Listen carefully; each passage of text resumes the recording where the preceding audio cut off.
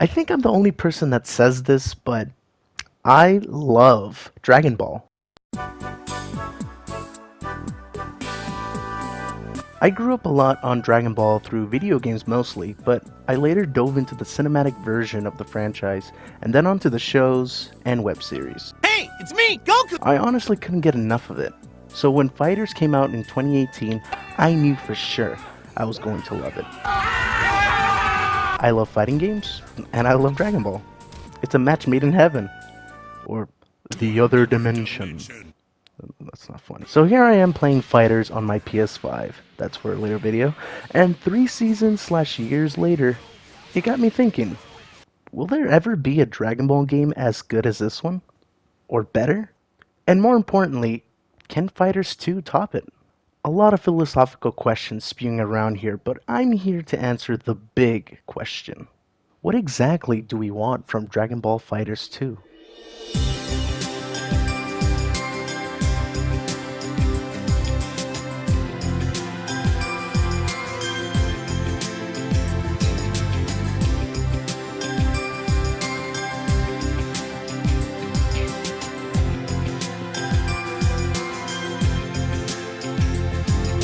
Well, when I said we, I really meant me. As in, what I really want in Fighterz 2.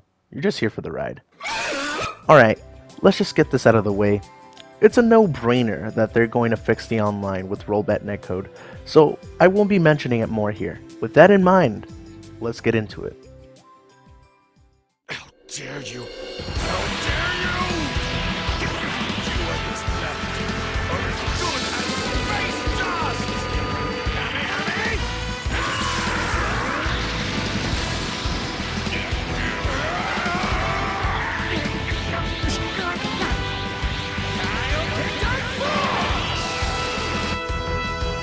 Beam clashes are the bread and butter of Dragon Ball, and to see it being implemented in the sequel would be freaking amazing.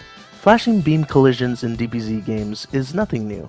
It's been around since the beginning of man, but what makes Fighterz any different from other DBZ games? Well, it has something to do with its competitive nature. See, before Fighterz, Dragon Ball video games were just gimmicky licensed games that only appealed to their core audience.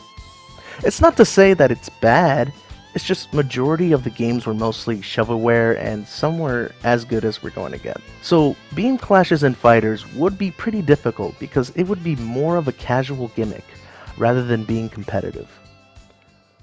But what if I told you that I have a solution? Instead of butchering our hands and controllers to win, why don't we just wager? I'm sorry, Bruce. I'm not dead yet.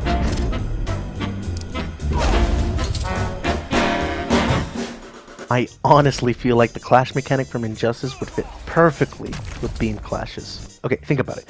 When an opponent is out of their 2 characters, they have the advantage.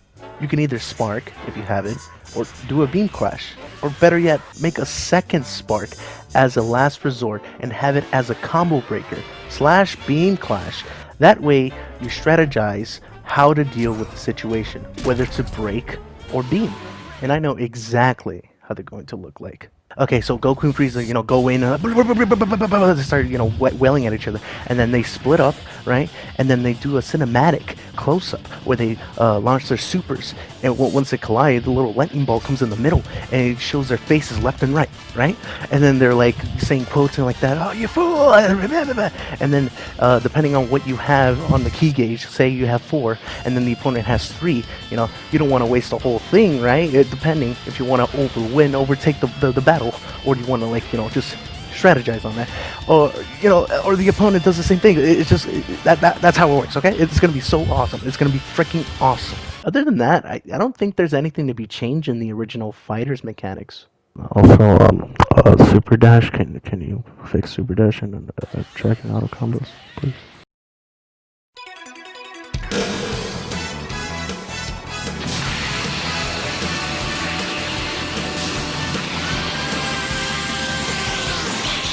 Now, when I mean a unique story, I mean a story filled with variety, with a dash of ancient history, full of dynamic features that are exclusively to the campaign. I'm talking about in-game dramatic sequences. Now, okay, Retelling the story of Dragon Ball is like hyping an ambitious game that turns into a disappointment. It's, Predictable. Thank you, Jiren. But knowing how Fighterz plays, I think it's safe to say that ArcSys can retell history of Dragon Ball easy. As long as the gameplay and dramatic sequences are enjoyable, that's fine with me. I mean, who wouldn't want to re-experience Goku awakening the legendary Super Saiyan against Frieza? Or defeating Perfect Cell with the father-son Kamehameha? Hell, I would love for them to do their own story again. Just go easy on the grind fest, will ya? Now, I know I talk a lot about stuff that people already figured would likely be in the sequel, one way or another, but for my last section of this video, I want to discuss a specific necessity that not a lot of people mention when they talk about Fighterz 2, and here it goes.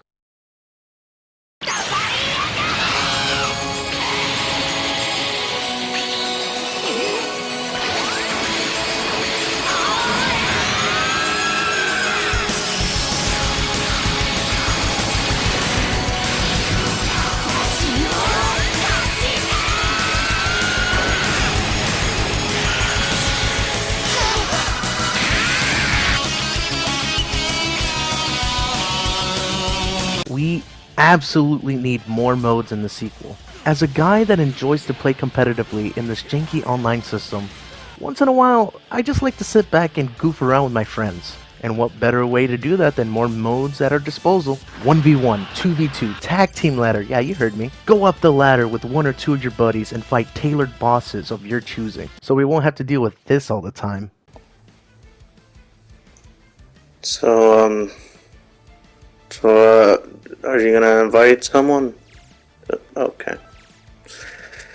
Well, I guess back to playing Minecraft. Tag battle, handicap mode. Do I need to keep going? These are all the things I want from a Dragon Ball FighterZ sequel. It sure seems a lot, but I'm sure ArcSys, no matter what they do, can deliver a fantastic sequel to a well-beloved game franchise. And I cannot wait what's in store for us in the future.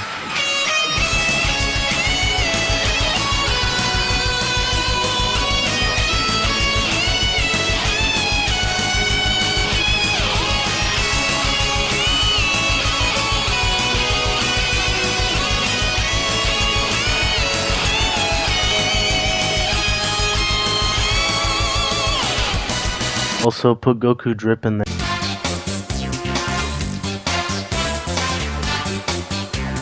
Oh, wrong outro.